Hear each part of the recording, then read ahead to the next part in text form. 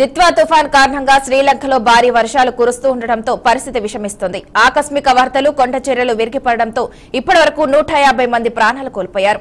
ఇంకా అనేక మంది ఆచూకీ తెలియాల్సి ఉంది. ఈ పరిస్థితిలో శ్రీలంకకు చేయూతనందించేందుకు భారత్ ఆపరేషన్ సాగర్ బంధు పేరుతో సహాయక చర్యలు ప్రారంభించింది. శుక్రవారం రాత్రి హిండన్ ఎయిర్ బేస్ నుంచి భారత వాయుసేనకు చెందిన 2 విమానాలు 21 టన్నుల నిత్యావసర సరుకులు, శానిటరీ సామాగ్రి, అత్యవసర పరికరాలతో బయలుదేరాయి. ఇక శనివారం తెల్లవారుజామున ఇవి కొలంబోలోని బండారానాయకే అంతర్జాతీయ విమానాశ్రయంలో ల్యాండ్ అయ్యాయి.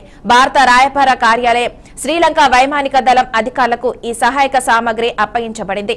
అంతేకాకుండా వరద ప్రభావిత ప్రాంతాల్లో సహాయక చర్యలు చేపట్టేందుకు 80 మంది ఎన్డీఆర్ఎఫ్ సిబ్బందిని భారత్ శ్రీలంకకు పంపించినట్లు అధికారులు వెల్లడించారు.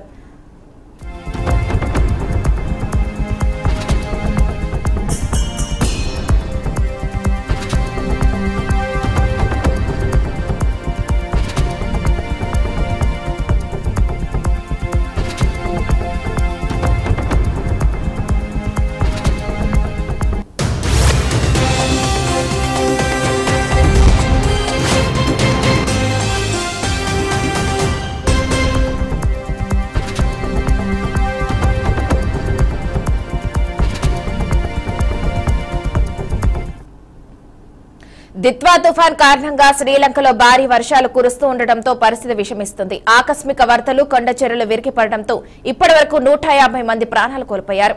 ఇంకా అనేక మంది ఆచూకీ తెలియాల్సి ఉంది. ఇక ఈ పరిస్థితిలో శ్రీలంకకు చేయూతనందించేందుకు భారత్ ఆపరేషన్ సాగర్ బంధు పేరుతో సహాయక చర్యలు ప్రారంభించింది.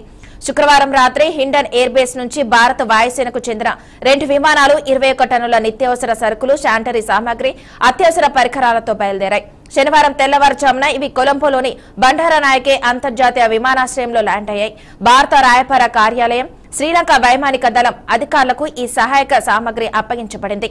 అంతేకాకుండా వరద ప్రభావిత ప్రాంతాల్లో సహాయక చర్యలు చేపట్టేందుకు 80 మంది ఎన్డీఆర్ఎఫ్ సిబ్బందిని భారత్ శ్రీలంకకు పంపించినట్లు అధికారులు చెప్పారు.